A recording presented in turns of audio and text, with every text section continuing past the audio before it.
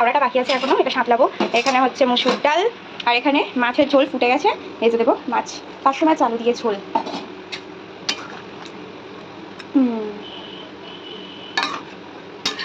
ডাল হয়েছে ওই জন্য আজকে একটু ঝোলটা কম হয়েছে, নইলে আমাদেরকে মানে চরম লেভেলের গরম হয়ে গেছে।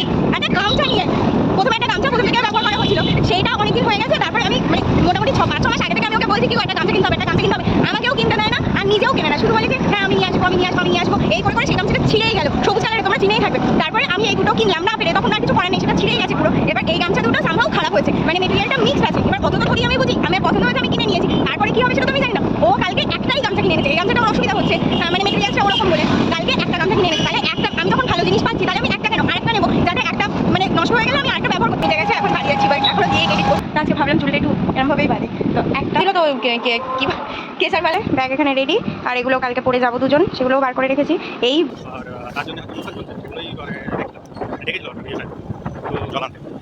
তো চলো জলটা নিয়ে আসি, তারপরে দেখি কি করা যায় না যায়, কটা বাজে দেখি। Hi guys, good morning, welcome back to my Bangla blog channel. I hope তোমাদের আজকের ব্লগটা দেখতে ভালো লাগবে। তো চলো আজকের ব্লগটা স্টার্ট করা যাক। রান্নাঘর থেকে স্টার্ট করছি, কারণ আজকে না, আমি বললাম বাবার ওখানে খালি গায়ে দাঁড়িয়ে আছে, কারণ আজকে আমি রান্না করছি। তো কি কি হয়ে গেছে, কি কি হচ্ছে সবটা দেখাচ্ছি, ওয়েট। বাবান একটু বাটার দিয়ে আলু ভাতে খাবে, তো আলু ভাতে দিয়ে ভাত হয়ে গেছে। এটা হচ্ছে আলু, পটল, পেঁয়াজ কুচিয়ে ভাজা। এটা কেওড়াটা বাকি আছে এখনো, এটা সাঁতলাবো। এখানে হচ্ছে মসুর ডাল, আর এখানে মাছের ঝোল ফুটে গেছে। এই যে দেবো মাছ, 500 মাছ আলু দিয়ে ঝোল।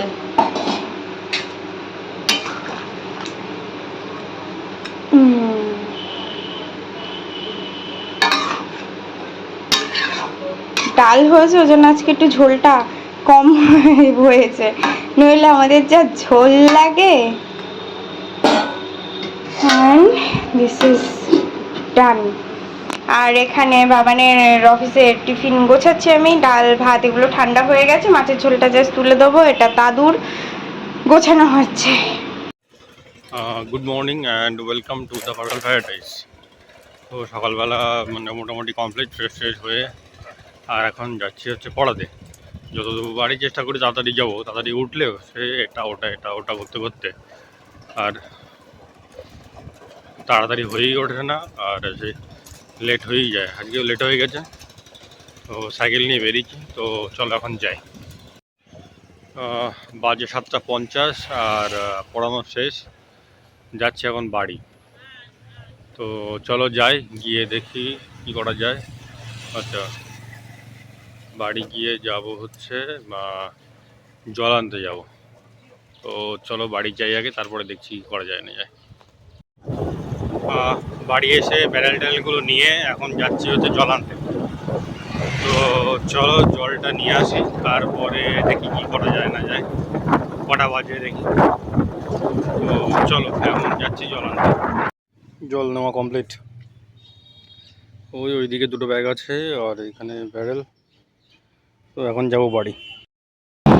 বেরিয়েছি, বেরোলাম, একটুখানি দরকার আছে, তো অফিস যাওয়ার পথে আমাকে নামিয়ে দিয়েও চলে যাবে। তারপরে আমি কাজ মিটিয়ে বাড়ি চলে আসবো। মাথাটা আজকে মানে চরম লেভেলের গরম হয়ে গেছে। একটা গামছা নিয়ে, প্রথমে একটা গামছা প্রথম থেকে ব্যবহার করা হয়েছিল, সেইটা অনেকদিন হয়ে গেছে। তারপরে আমি মানে মোটামুটি 5-6 মাস আগে থেকে আমি ওকে বলছি কি একটা গামছা কিনতে হবে, একটা গামছা কিনতে হবে। আমাকেও কিনতে দেয় না আর নিজেও কেনে না, শুধু বলে যে হ্যাঁ আমি নিয়ে আসবো, আমি নিয়ে আসবো, আমি নিয়ে আসবো। এই করে করে সেই গামছাটা ছিঁড়েই গেল, সবুজ কালারের, তোমরা চিনেই থাকবে। তারপরে আমি এই দুটো কিনলাম না পেরে, তখন আর কিছু করার নেই, সেটা ছিঁড়েই গেছে পুরো। এবার এই গামছা দুটো সামহাও খারাপ হয়েছে, মানে মেটেরিয়ালটা মিক্স আছে। এবার অত তো ধরি আমি বুঝি, আমার পছন্দ হয়েছে আমি কিনে নিয়েছি, তারপরে কি হবে সেটা তো আমি জানি না।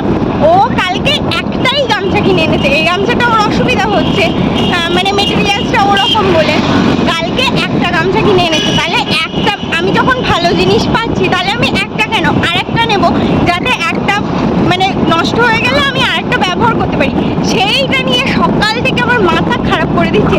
এই আমি ভালো গামছা এনেছি, এই আমি 1 নম্বর গামছা এনেছি, আর ব্যাস শুরু হয়ে গেছে। অসহ্য লাগে মাঝে মাঝে আমার। তা আমি কি ইচ্ছা করে কিনেছি একটা খারাপ জিনিস? যে জিনিসটা ভালো হয় সেই জিনিসটা তো বলো না যে হ্যাঁ এটা তুমি এনেছিলে, এটা তো খুব ভালো হয়েছে। একটা জিনিস খারাপ হয়েছে, ব্যাস মাথা খারাপ করে দিয়েছে। চুল বাড়তে গিয়ে ক্লিপের ইয়েটা আমার ঠোঁটে লেগেছে, ওই জন্য আমার মাথাটা আরো গরম হয়ে গেছে, ভীষণ জোরে লেগেছে। ওই হেয়ার পিনগুলো কিরকম সুচালো হয় বলো। এনিওয়ে, অনেক বুকে পেয়েছি, একদমই কথা বলে গেছি। এখন যাচ্ছি ওখানে কাজটা একটুখানি মিটিয়ে তারপরে বাড়ি যাবো। 5 মিনিটের রাস্তা, আজকে 50 ঘন্টা লাগবে। নেক্সট লেভেলের জ্যাম, প্লাস হচ্ছে রেজিস্ট্রি মোড় থেকে আর ওইদিকে যেতে দিল না, মানে আরেকটুকুনি গেলেই মিটে যেত। আবার নামিয়ে দিয়েছে, আবার এই রাস্তাটা ঘুরে তারপরে যেতে হবে। পুরো এইভাবে লম্বা লাইন, একদম লাইনের বাইরে কেউ যেতে পারবে না। 11:20, কাজ মিটে গেছে, এখন বাড়ি যাচ্ছি, বাট এখনো গিয়ে এডিট করতে হবে, এটাই হচ্ছে চাপের।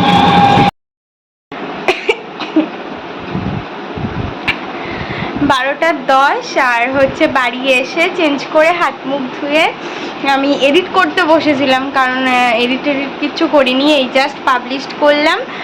তো সব কিছু হয়ে গেছে। আর গ্যাস ট্যাসগুলো একটুখানি ভালো করে মাজলাম, বেসিনটাও পরিষ্কার করলাম, বাসনগুলো তুললাম। বাসন আজকে মাউনি মেজে রেখে গেছিলো, বাসনগুলো তুললাম। এই যে জামা কাপড় সব ছাদ থেকে, সব না মানে কি বলবো, 40% তুলে আনলাম, বাকি 60% এখনও আছে, সব উল্টোপাল্টে দিয়ে এসেছি।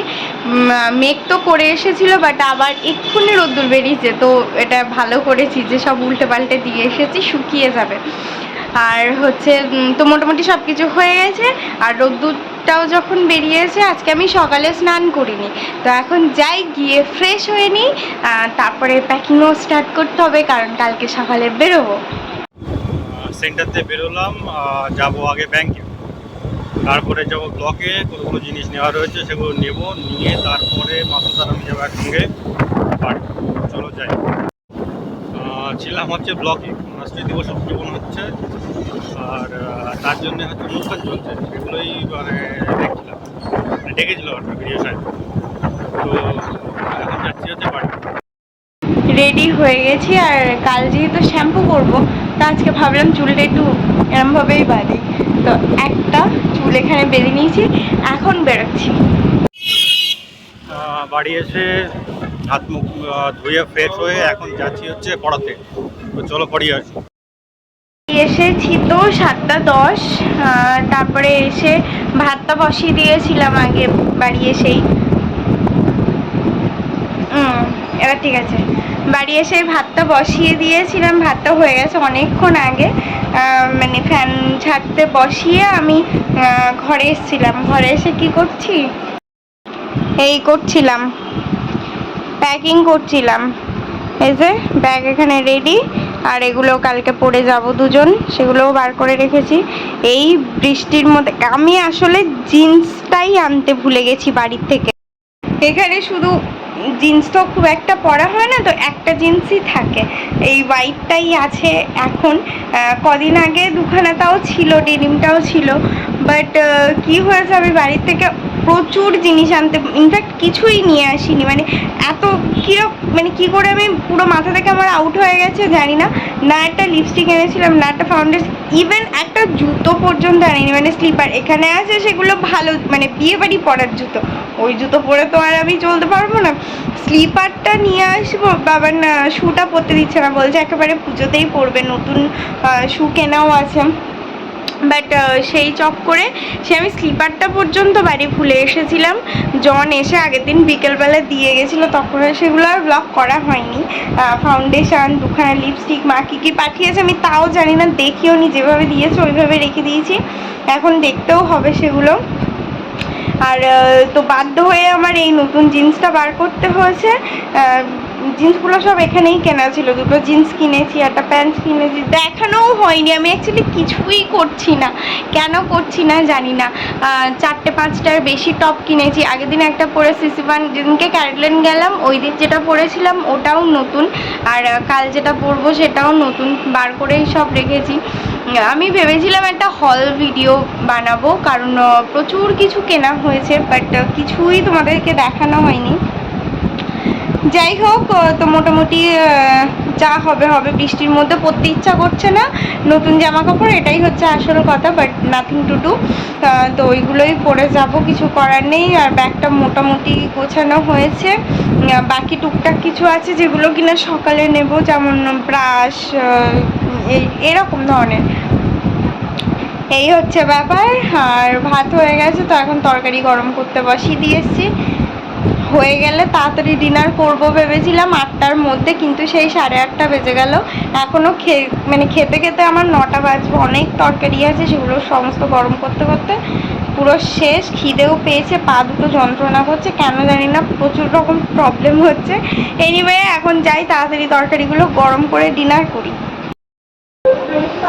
ডিনার করে শুয়ে পড়েছিলাম, আমার না কেন জানি না পা দুটো মারাত্মক রকমের ব্যথা করছে। মানে আমি জাস্ট লিটারালি দাঁড়াতে পারছি না, কেন বুঝতেই পারছি না। পুরো হিপ থেকে নি থেকে সব কিছু ব্যথা করছে। এতক্ষণ শুয়েছিলাম, কটা বাজে, 10:35 হয়ে গেছে। এখান থেকে কিছু একটা পাস করছে, কলকাতা মাঠে অ্যাড দিচ্ছে। আর এই যে মাসিমণি বিকেলে এসেছিল, তো কি কেসার মালাই এনেছিল, তো এখন খাচ্ছি এটা। ফ্রেশ ট্রেশ হলাম, হয়ে জাস্ট ঘরে আসলাম। ব্যাপারটা হচ্ছে, ওকে, আমরা দুজনে একটা ব্যাপারে কথা বলার জন্যে বসেছি। অ্যাকচুয়ালি সেই ব্যাপারে নতুন করে কথা বলার কিছু নেই। ব্যাপারটা তুমিও জানো, আমিও জানি, আমরা সবাই জানি। জানার পরেও কেউ কিছু করতে পারছি না। কেন পাচ্ছি না সেটাও আমরা সবাই জানি। সিরিয়াস, মানে আজ কয়েকটা দিন ধরে মানে বলতে ইচ্ছা করছে, বাট কিভাবে বলবো, কি বলবো, আমি কোনো একটা সিদ্ধান্তে আসতে পারছিলাম না। তো ওকে জাস্ট বললাম যে তুমি কি কিছু বলতে চাও? তো বললো হ্যাঁ চলো ঠিক আছে। তাই আর কি আসা বা ক্যামেরাটা অন করা। তো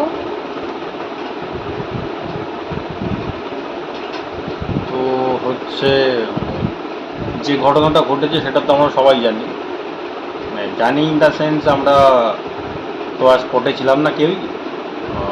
টিভিতে সংবাদ মাধ্যমে যেটা আমরা দেখেছি সেটাই দেখছি। কি হয়েছে, কি করছে, কি করেছে, সেগুলো আমরা সবাই সংবাদ মাধ্যমে দেখেছি। তো আর তার পরিপ্রেক্ষিতে আমাদের ঈশ্বরের পরের স্থান যারা আমাদের জীবন দিয়ে বাঁচান, সেই ডাক্তার, তারাই সেফ না আজকে, তাই না? সব থেকে বড় কথা যে যারা একটা জীবনকে সেই জমের দুয়ার থেকে ফিরিয়ে আনার জন্য লড়ছে, আজ তাদেরই একজন সেখানে পৌঁছে গেছে। অ্যান্ড এত প্যাথেটিকভাবে পৌঁছেছে যেটা শুধু তার কেন, এই পৃথিবীতে কেউই ডিজার্ভ করে না, সে যত খারাপ হোক বা যাই হোক না কেন, এটা কখনোই কেউ ডিজার্ভ করে না। বাট কি বলবো,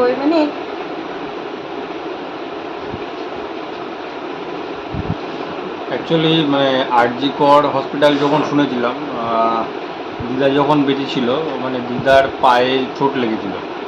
এবার বসিরহাটে কোনো জায়গায় হয়নি বলে আরজি কর মেডিকেল কলেজে নিয়ে যেতে হয়েছিল। এবার সেই জন্যই আমি কিছুটা হলেও চিনি, এদিক ওদিক নিয়ে ঘোরাঘুরি করেছি। অর্থোপেডিক্স ডিপার্টমেন্টেও অ্যাকচুয়ালি গেছিলাম, তো হসপিটালটা কিছুটাও চিনি। তো যে জায়গাগুলো দেখাচ্ছে কিছু কিছু মনে পড়ছে, অনেকদিন আগে হলেও। সাধারণ মানুষজনের ব্যাপার তো ছেড়ে দিলাম। তো একজন পিজিটির স্টুডেন্ট, মানে একজন এমডি পরবর্তীকালে হবে, আর হবে মানে হতেন উনি। সাধারণত স্টুডেন্ট ছিলেন না, ডাক্তারি পাস করেছেন, করে প্র্যাকটিসও করেছেন, তারপরে উনি আবার পিজিটি স্টুডেন্ট এবং ভর্তি হয়েছেন এমডি করার জন্য। তার নিরাপত্তা যখন এই অবস্থা, মানে মানুষ কতটা মানে পাশবিক হতে পারে তার জ্বলন্ত দৃষ্টান্ত আর কি। মানে একটার পর একটা হয়েই চলেছে, কারোর কোনো হেলদোল নেই। এখন আর কি মানে যদি বলা হয় বুদ্ধিজীবী তথাকথিত সোকল যারা ছিল তারা কোথায় গেল? আর সব থেকে বড় কথা, উনি যে স্টেটমেন্টটা পাস করেছেন না, যে একা কেন রেস্ট, মানে এটা একটা মানে যারা কাজটা করেছে তারা যতটা না অপরাধী, মানে আমার মনে হয় মানে তাদের সমকক্ষ উনি না, সেটা আলাদা কথা। না সিরিয়াস, মানে নিয়ে ওটা আমি তুমি ওটা মানে ভাবার না বাবা বলার বিষয় নয়। না, সেটা তো অবশ্যই নয়, কিন্তু মানে এরকম একটা স্টেটমেন্ট, একটা মেয়ে মানে একা রেস্ট নিতে যেতে পারে, মানে সেটা নিয়ে কোয়েশ্চেন মার্ক। তো মানে আমার কাছে তো দুজনেই সমান অপরাধী। আর সব থেকে বড় কথা, যারা এটা নিয়ে ভাবছে না, মানে তারা তো মহা অপরাধী, ট্রাস্ট মি। মানে তুমি, আমি, সাধারণ সমস্ত মানুষের যা ফিলিংস না এই মুহূর্তে, জাস্ট মানে আমি অন্তত বলবো যে ওদেরকে নিয়ে এসো, মানে শাস্তিটা এমনই হওয়া উচিত যে মানে সেই শয়তানগুলোকে ধরে এনে বাস মেয়েদের হাতে তুলে দেওয়া উচিত। তারপরে কি মানে সিদ্ধান্ত নেবে সেটা তারাই বুঝে দেখুক, যাদের সাথে এই ঘটনাগুলো ঘটেছে। মানে কারণ আমি জানি মানে তোমারও মাইন্ডসেট সেটাই, যে আমি যদি সামনে পেতাম আমি ওকে বুঝিয়ে দিতাম। তো আমিও সেটাই মানে বলতে চাইছি যে অ্যাকচুয়ালি বাস ওদেরকে এনে আমাদের সামনে দাঁড় করিয়ে দাও, পরেরটা আমরা দেখে নেবো। বাট আই নো মানে এটা কোনোদিনই পসিবল না। কালকে ৭৭তম স্বাধীনতা দিবস, 78 না মানে 77 ক্রস করে 78 এ পড়েছে। হ্যাঁ, আমি সেটাই বলছি, 77 ইজ ডান।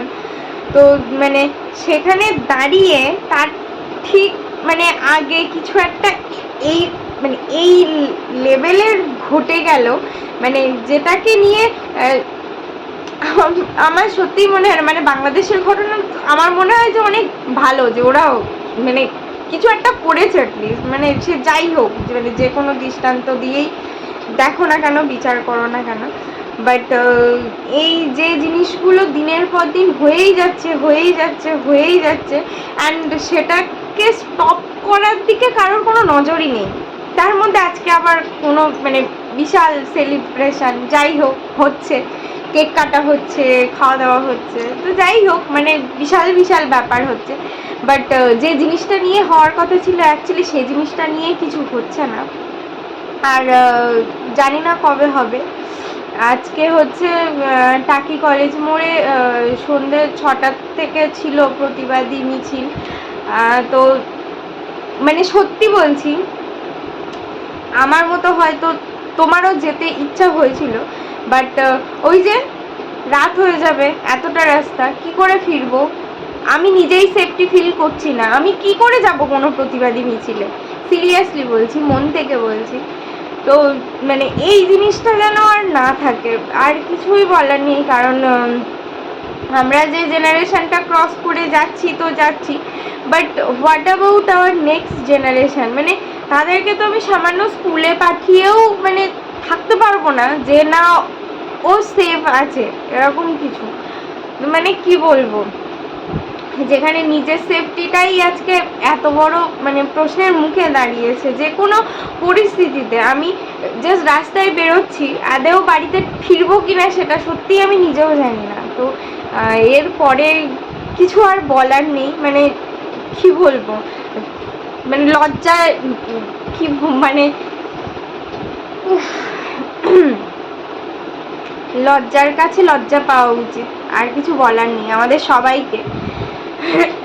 কারণ কেউ একজন যদি ভালো হতো তাহলে হয়তো কিছু হতো, but end of the day সবাই হয়তো সমান। তাই সত্যি তুমি আমি যে যেখানেই আছি না কেন কেউ সেফ নেই, এটা অন্তত বলবো।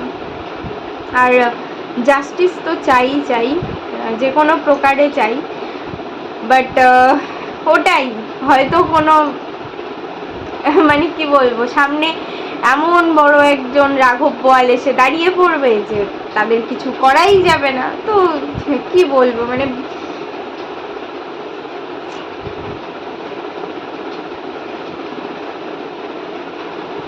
কিনা শুধু সমস্ত হ্যাঁ বসিরহাটেও ছিল, বসিরহাটে টাউন হলেও ছিল আজকে প্রতিবাদ মিছিল। হ্যাঁ টাউন হল থেকে টাকি রোড হয়ে ওই বিবেকানন্দ পাইলের ওখানে বিবেকানন্দ মূর্তি পর্যন্ত এসেছিল। আমারও যাওয়ার কথা ছিল, আনফর্চুনেটলি আমিও যেতে পারিনি। অনেকেই গেছিল, ফোনও করেছিল আসার জন্য, কিন্তু হয়ে ওঠেনি আর কি। যাই মানে কি বলবো, যাই বলি না কেন খুবই কম, but yes we want justice. আর সেটা শুধু আজকের জন্যে না, সমস্ত মানে পৃথিবী যতদিন থাকবে ততদিন প্রত্যেকটা মেয়ের জন্য জাস্টিস চাই, সেফটি চাই, এটাই বলার। আমাদেরও যেন আর বেরোতে অ্যাটলিস্ট এটা আমার মতো যেন মানে ভাবতে না হয় যে আমি যে যাব কিন্তু ফিরবো কি করে, এই প্রশ্নটার মুখোমুখি যেন আমাদেরকে দাঁড়াতে না হয়, ব্যাস এইটুকুই বলার ছিল। এনিওয়ে, তবে দিনকাল যা পড়েছে, মানে ব্যাগে অন্তত সেফটি পারপাস সবাইকেই অনুরোধ কিছু না কিছু রাখার জন্য, সে পেপার স্প্রে হোক কি ব্লেড হোক, সেটা ঠিক আছে, কিন্তু এই মানে এই সময়টা কেন আসবে, মানে ওটা আমাদেরকে ইউজ করতে হবে, মানে এই জিনিসটাও তো খারাপ না যে মানে আমরা এতটাই মানে সে কি বলবো মজবুর হয়ে যাচ্ছি যে ওগুলো নিয়ে আমাদেরকে ঘুরতে হবে, ওগুলো ইউজ করতে হবে, মানে এই জিনিসটাও তো একটা মানে খারাপ তো বটেই। সমাজ তো আস্তে আস্তে অবনমনের দিকেই যাচ্ছে না।